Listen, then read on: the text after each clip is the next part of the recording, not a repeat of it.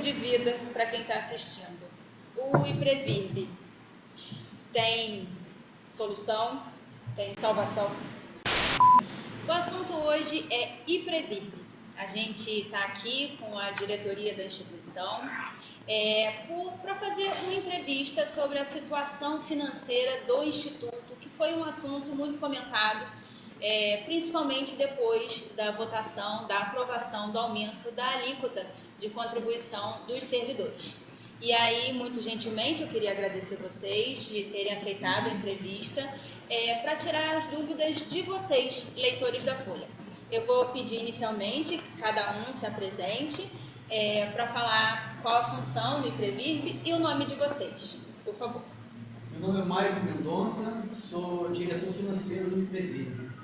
Bom, sou Kátia Lemos, assessora jurídica do Instituto.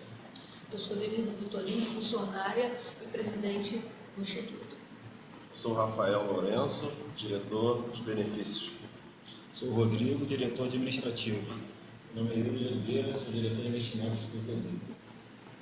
É isso, gente. A primeira pergunta que eu preciso fazer, que é o que acho que as pessoas têm mais dúvida, qual é a dívida do IPREVIRB hoje? Bom, segundo o nosso controlador, a dívida chega aproximadamente 500 milhões. Muito foi falado nos últimos anos sobre problemas de falta de repasse entre o executivo para o IPREVIRB, parcelamentos que foram feitos e às vezes não foram honrados. A pergunta é: por que chegou nesse valor? Então, nós temos inúmeros problemas e, inúmeras situações que levaram ao caos, né? A falta de comprometimento seria um. Nós temos determinadas situações que, inclusive, estão na Polícia Federal, no Ministério Público, na delegacia, e nós recebemos dentro do Instituto, a todo momento, ofício da Polícia Federal, do Ministério Público. Então, hoje nós vivemos uma situação crítica. Nós não temos só essa dívida altíssima, nós temos outras situações que desencadearam nessa dívida altíssima. E só que hoje a diretoria que está dentro do Instituto quer que ele funcione, né? Quer que dê certo. E hoje está pagando, mas a gente está no paliativo. Quando a gente cumpre com a obrigação no pagamento da folha, que eu leio lá na rede social que não faz mais que obrigação, não condiz com a nossa realidade. A nossa realidade hoje se o prefeito não repassar, nós não temos como pagar. Isso não deveria ser assim. Se fizer um estudo em todos os outros municípios que também têm instituto, eles têm um fundo. E esse fundo se mantém. Então não precisa necessariamente do município para poder arcar. E nós não temos esse fundo. A primeira coisa que nós fizemos o estudo, fizemos o levantamento, seria a alíquota. Está defasada desde 2004, então são 19 anos sem cumprir com uma obrigação que traz um prejuízo muito grande para o nosso instituto. Por quê? Porque trava o sistema, a gente deixa de ter outros benefícios. Isso era para ter sido cumprido lá atrás. Por que não fez? Não sei. Não sei se era interesse político, não sei se traria o caos que está trazendo hoje, como se a gente estivesse trazendo prejuízo para o servidor e não é. A gente está pensando no futuro desse servidor, porque não adianta você receber agora e daqui a alguns anos o Instituto não conseguir mais cumprir e ele vai se aposentar e não vai ter de onde tirar. E hoje a gente está com uma demanda muito grande de aposentadoria. A gente, na balança, a gente já está ficando desequilibrado. A gente tem muito aposentado e não tem concurso. Então, a gente tem uma média, uma estimativa de umas 270 e poucas pessoas que iriam se aposentar agora. Então, de 900, a gente vai para quase 1.300 pessoas, né? 1.200 e pouca. A gente parou para sentar, a equipe que está lá é uma equipe muito séria, eu estou muito satisfeita em trabalhar com o grupo. E, através desses estudos de 2 anos para cá, vimos a necessidade e fizemos o requerimento ao Executivo de pronto, o Legislativo também arcou, não é para prejudicar, é o início de uma situação confortável do Instituto. Hoje o Instituto está doente, ele está assim, se a gente não tivesse realmente à frente, tentando recompor o Instituto, ele já estaria fechado. fechado por inúmeras coisas. Uma delas seriam as fraudes imensas que tem lá dentro. Não temos, né? Isso já está na mão de quem cabe fazer o levantamento e estudar. A gente estava conversando anteriormente, né, e vocês mencionaram que há um plano, né, para que exatamente aconteça isso. O Instituto caminhe com as próprias pernas. Além de querer saber qual é esse plano, se vocês puderem falar para a gente resumidamente, mas em quanto tempo vocês estimam que isso possa acontecer? Estimar não tem como. Nós temos aí uma dívida de quase 20 anos. Essa diretoria está nem há 2 anos, tem alguns aqui que entraram agora, né? Que é a troca de... a gente não tem como estimar. Nós temos como dizer para você que hoje o Instituto ele está andando, não tem mais as situações irregulares que tinha lá dentro, e a gente tem planos para poder recompor esse fundo para ele poder se manter. E agora a gente está sentando com o Legislativo e Executivo, que já está marcada a reunião, para depois sentarmos com os inativos e passar toda essa situação que a princípio você vai passar. Então, assim, estimar prazo não tem como. É uma situação de quase 20 anos. Muito sensível, né? Muito sensível, muito delicado. E agora, quem poderia falar com relação a Nico seria o diretor Rafael. A partir do momento que você estabelece a alíquota em 14% no mínimo aí para o servidor, isso já é um fator primordial que fez com que a gente alterasse o valor da alíquota para 14% para o servidor ativo, foi simplesmente uma imposição da própria Constituição Federal, que através da emenda constitucional número 103, em 2019, determinou que os estados, municípios e Distrito Federal não poderiam estar praticando uma alíquota inferior ao que está sendo aplicado para os servidores da União, que hoje é 14%, exceto se o município demonstrar que não tem déficit atuarial, né? Então, isso foi realmente necessário, justamente para estar atendendo à legislação. E o outro fator é que a gente precisava também equilibrar a situação financeira do Instituto, porque uma alíquota de 11% do servidor, que era cobrado até então, em 12% patronal, essa alíquota foi estabelecida em 2004, uma época que o Instituto de Previdência estava começando. O Instituto foi fundado no ano de 2000. No ano de 2004 só tinha apenas 4 anos. Essa alíquota foi estabelecida por um período que o Instituto tinha apenas 200 aposentados e pensionistas. Hoje nós temos uma média de quase 1.000 aposentados e pensionistas, né? E claro que uma alíquota de 11% e 12% não daria para estar sustentando hoje a folha que nós temos. Foi um aumento de mais 500% no número de aposentados e pensionistas que nós tivemos.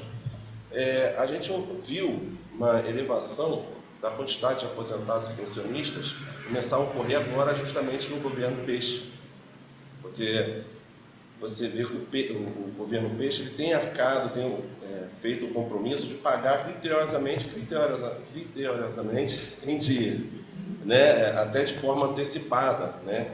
Isso deu mais segurança para quem já tinha todos os seus requisitos para aposentar, realmente vir agora e pedir sua aposentadoria, porque até então muitos estavam aposentando e ficavam com receio, porque realmente ocorriam atrasos, às vezes ficava 2, 3 meses sem receber a sua aposentadoria. Mas, por outro lado, também o aumento de aposentados, como a folha, como vocês estão dizendo, né, a folha já não se paga com a quantidade que tinha, aumentando mais aposentados, aumenta mais o problema. Exatamente. Não que os aposentados e pensionistas sejam um problema, a questão não é essa, a questão é matemática, a balança, né? Olívia, só para reforçar, para a gente falar em números e valores, a folha de fevereiro, o prefeito teve que aportar R$900 mil, porque não teve como suprir a folha de aposentados e pensionistas. Foram R$900 mil.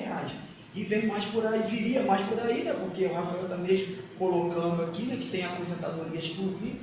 Então, só para exemplificar em valores a necessidade, né, que se deu de mexer, né, nessas alíquotas. Como é? Desculpa. E complementando só a informação do Maicon, que esse aporte de 900 mil é basicamente quase que em questão de paridade com o valor da receita e a arrecadação naturalmente do Instituto, ou seja, é basicamente 2 vezes o valor de receita para poder conseguir pagar todo mundo Tem que ficar claro que 14% é o mínimo. É o mínimo. O governo poderia estar cobrando 16%, 17%, 18%. Não, mas o governo preferiu apenas exigir desse servidor ativo os 14%. Isso é para deixar a casa de uma forma mais saudável, para que no futuro esse servidor que está trabalhando, assim como eu também sou servidor, eu quero, quando for me aposentar, ter uma casa estruturada, equilibrada financeiramente. Se a gente não faz isso agora, a gente, no futuro bem próximo aí, a gente não sabe como é que ia fazer para pagar esses novos aposentados que viessem ingressar no Instituto. É importante também, Lívia, lembrar que nessa lei não teve só a questão da alíquota. Também foi incluído recompor fundo, alienar o imóvel do município, dispor. Então, assim, ficou muito pegado só na alíquota, mas esqueceu dos outros benefícios que ele também colocou, demonstrando a boa vontade de querer resolver a situação do Instituto. Que parece que esse artigo tinha sido retirado há um tempo atrás, né? E agora o prefeito colocou de novo. Isso que eu queria que vocês explicassem para quem está assistindo nesse momento. Além do aumento da alíquota, nessa lei que foi aprovada, também foi estabelecido que o município pode usar de alguns artifícios para conseguir dinheiro, vamos falar claramente, para o IPREVIRB, né? Para conseguir parar de sangrar, né, esse vazamento. Vamos falar em números. Quanto é a folha hoje do IPREVIRB e quanto precisaria ser para ser saudável? A folha, como eu mencionei aqui, números, né, valores, a folha de fevereiro ela está em R$2.270.000. Com a alíquota que se era praticada, 11 e 12, se arrecadava R$1.300.000. Daí o número que eu trouxe aqui, que o prefeito teve que aportar quase R$1 milhão. Então, respondendo a sua pergunta, fevereiro, R$2.270.000, arredondando, né, que foi a folha de pagamento de pensionistas e aposentados do IPREVIRB. Ou seja, me corrija se eu estiver errada, mesmo com aumento para 14%, ainda assim não se paga. Não se paga. Entendi. Então, deixa eu só passar. Uma coisa é a gente estar preocupado aqui em cumprir com a folha, mas nosso trato, o que a gente tem pensado, avaliado, é reestruturar o Instituto para que ele se torne saudável, ou retorne a ser saudável. Não adianta só a alíquota, existe a necessidade de novas ações. Uma delas foi a alíquota para os servidores, eles acham que realmente foi assim, um ganho muito grande, porque a gente já começou a trabalhar. A próxima seria concurso público, que o prefeito, junto com o legislativo, eles já estão planejando, inclusive estão dando data para o Ministério Público. E outra seria a recomposição do fundo. Esse fundo que a gente está falando, que seriam com imóveis do município, com o leilão de imóveis do município, a gente já vai avaliar qual seria a possibilidade e em cima do que faríamos essa recomposição. O objetivo não é só se pagar, o objetivo é recompor o fundo, não ficar refém do executivo nem do legislativo. Nós temos que recompor, o Instituto tem que por si só se pagar. Esse seria o objetivo, esse é o nosso objetivo. Até porque um dos nossos medos de estar aqui dentro é que um futuro, quem é se a pessoa não quiser pagar, falar não vou aportar, não tenho para aportar ou não posso aportar, como que vai ficar de novo esses aposentados? Lembrando que quando a gente fala em fundo, a Kátia estava falando aqui, para quem não entendeu exatamente o que é como se fosse uma poupança. Exatamente. O IPREVIRB tem uma poupança, que esse fundo deveria ter uma poupança para qualquer problema recorrer a ele. Então, diante dessa reunião que vocês mencionaram que vão fazer tanto com o executivo quanto o legislativo, não é isso?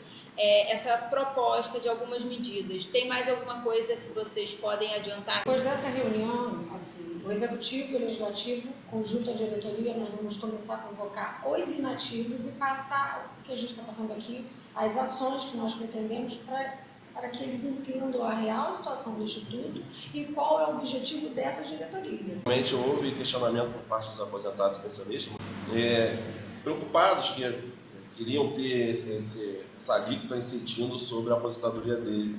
Não, essa informação não procede, tá?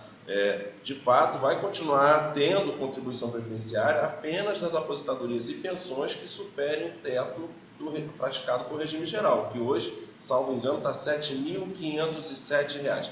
Quem ganha acima de R$ 7.507, o que excede, aí sim, haverá incidência de contribuição previdenciária, mas só sobre o valor que excede. Tá? Isso também não é por vontade do Instituto, nem do governo, em si por uma imposição da própria Constituição. Diz lá, a gente não tem como não deixar de cobrar isso aí. Isso sempre foi cobrado, já não é de hoje. Um fator importante que também ficou alguns servidores perguntando é quando de fato essa alíquota vai inicialmente ser cobrada, né? Então é bom que se frise também que isso não é de imediato, vai um prazo de 90 dias que vai começar a ser cobrada essa alíquota de 14% a ser descontada no contra-cheque do servidor ativo. E vale também lembrar que existe um processo, né, em que já está andando há um bom tempo, em que o Ministério Público viu a situação do Instituto e pede a composição do Instituto com o município, que já foi aceito pelo município, a gente só falta marcar a reunião, de 100 e poucos milhões que seriam reinvestidos para o fundo. Em acordo, entrariam 84 milhões parcelados em 200 parcelas. E assim, a gente está tentando fazer essa composição, o município já aceitou, o Instituto também, só estamos aguardando o Ministério Público marcar a audiência para a gente poder fazer. É claro que nós não podemos mexer nesse dinheiro ao Deus dará, como existia uma possibilidade antigamente. Hoje, verdadeiramente, nós somos monitorados pelo Ministério Público, não sei se pelo histórico do Instituto, acredito eu. Então, assim, tudo que a gente faz, a gente presta contas, e a todo momento a gente tem que prestar contas de todos os processos, de todos os valores do que entra. E hoje nós, inclusive, temos que responder algumas diretorias anteriores do que eles faziam, coisas que a gente nem tem, às vezes, informação. Eu queria perguntar para vocês uma pergunta final, não muito fácil, mas eu acho que dá um fôlego de vida para quem está assistindo. O IPREVIRB tem solução? Tem salvação? Claro que tem. Né?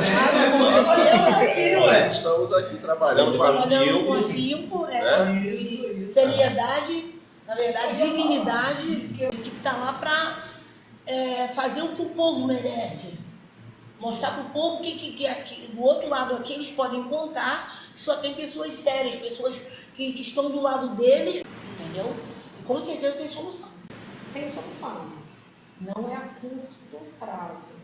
Assim, a gente vai precisar de um tempo, porque é um déficit muito grande, são 500 milhões. A gente não está falando aqui de 50 milhões. Se fosse 50 milhões, só essa ação já cobriria. A gente está falando de algo de 20 e poucos anos que a gente está tentando resolver em pouco tempo. Do histórico que era o Instituto, né? Que tinha a polícia na porta, a guarda municipal, era o caos do município, era o Instituto. Hoje a gente vê que o Instituto ninguém pode falar nada, pode falar que não está saudável, mas no paliativo a gente está andando. Então nós estamos com ações e entendemos que tem jeito sim. Não teria. Se a gente não começasse com as ações que nós começamos, se a gente não começasse realmente a tentar e a correr atrás, se não tivéssemos o executivo que andasse de braços dados, o legislativo falando a mesma linguagem que a gente não conseguiria. Mas hoje, com as ações, eu acredito que não agora, mas aí assim, pouco tempo a gente vai conseguir colocar um Instituto saudável assim. Ok. Gente, eu queria muito agradecer por vocês terem concedido essa entrevista. Eu acho que a gente talvez tenha sanado dúvida de algumas pessoas. Só para terminar, e nós gostaríamos muito de agradecer a oportunidade, a possibilidade de poder esclarecer os inativos e para os ativos, a nossa dificuldade, né, o nosso objetivo, o que nós estamos passando realmente. A gente queria deixar o espaço da Folha também aberto para o Sindicato dos Servidores, como a gente já fez uma matéria pedindo uma nota deles. Se qualquer integrante do sindicato quiser falar, a gente vai marcar entrevista também para reivindicar o que eles querem perante o IPREVIRB, ou também falando de alguns anseios dos servidores. É isso aí, gente. Lívia Lousada para o jornal Folha da Terra.